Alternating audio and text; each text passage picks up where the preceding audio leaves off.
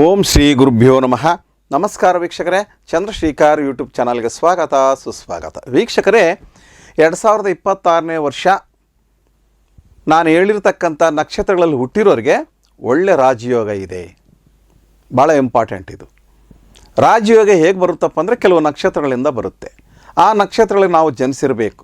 ನಮ್ಮ date of birth, destiny number, kua number, birth number, ನಮ್ಮ name number ಎಲ್ಲ ಒಂದಾಗಿರಬೇಕು.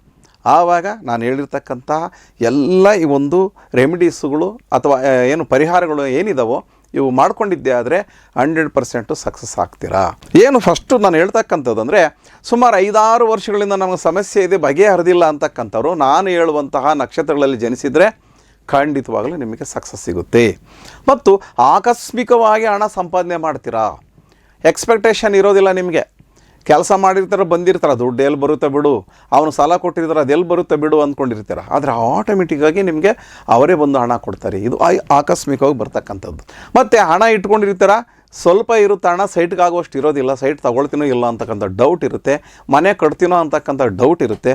ಆದರೆ ಮನೆ ನಿರ್ಮಾಣ ಮಾಡುವಂತಹ ಮತ್ತು ಸೈಟ್ ತಗೊಳ್ಳುವಂತಹ ಒಂದು ಪರಿಸ್ಥಿತಿ ನಿಮಗೆ ಅತಿ ಬೇಗ ಆಕಸ್ಮಿಕವಾಗಿ ಒದಗಿ ಬರುತ್ತೆ. ಉದ್ಯೋಗದಲ್ಲಿರ್ತಕ್ಕಂಥವ್ರು ನಿಮಗೆ ಬೇಕಾದಂತಹ ಒಂದು ಸ್ಥಳಕ್ಕೆ ಪ್ರಯತ್ನ ಮಾಡ್ತಾ ಇರ್ತಾರೆ, ಹೋಗಬೇಕು ಟ್ರಾನ್ಸ್ಫರ್ ಮಾಡಿಸ್ಕೊಂಡಂತ ಆಗ್ತಾನೇ ಇರಲ್ಲ ಸುಮಾರು ವರ್ಷಗಳಿಂದ. ಈ ವರ್ಷ ಆಗುತ್ತೆ, ನೀವು ಪ್ರಯತ್ನ ಮಾಡಿ. ಮತ್ತು ಪ್ರಮೋಷನ್ಗೆ ಸುಮಾರು ಭಾಳಷ್ಟು ಡಿಸ್ಟರ್ಬ್ ಆಗಿರುತ್ತೆ. 2-3 ವರ್ಷದಿಂದ ಪ್ರಮೋಷನ್ ಆಗಿರೋದಿಲ್ಲ.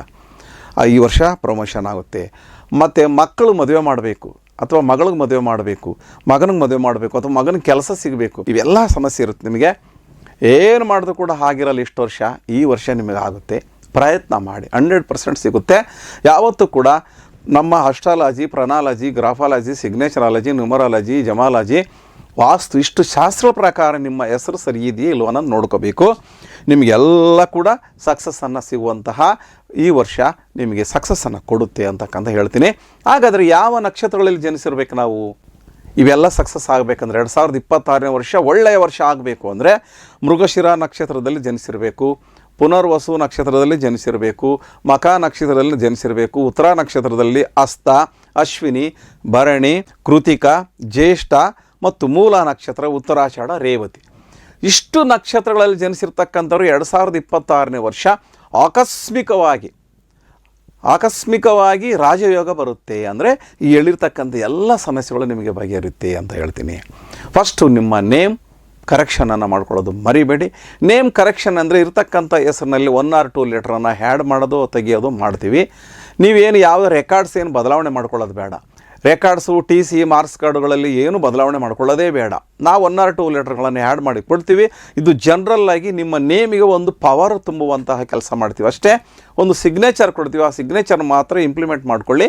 ಒಳ್ಳೆ ಸಕ್ಸಸ್ ತರುತ್ತೆ 2026ನೇ ವರ್ಷ ಅಂತ ಹೇಳ್ತಾ, ವೀಕ್ಷಕರೇ ಈ ಒಂದು ವಿಡಿಯೋ ಇಷ್ಟ ಆದರೆ ಲೈಕ್ ಮಾಡಿ, ಸಬ್ಸ್ಕ್ರೈಬ್ ಮಾಡಿ, ಕಮೆಂಟ್ ಮಾಡಿ, ಹಾಗೂ ಶೇರ್ ಮಾಡಿ. Thank you. ನಮಸ್ಕಾರ.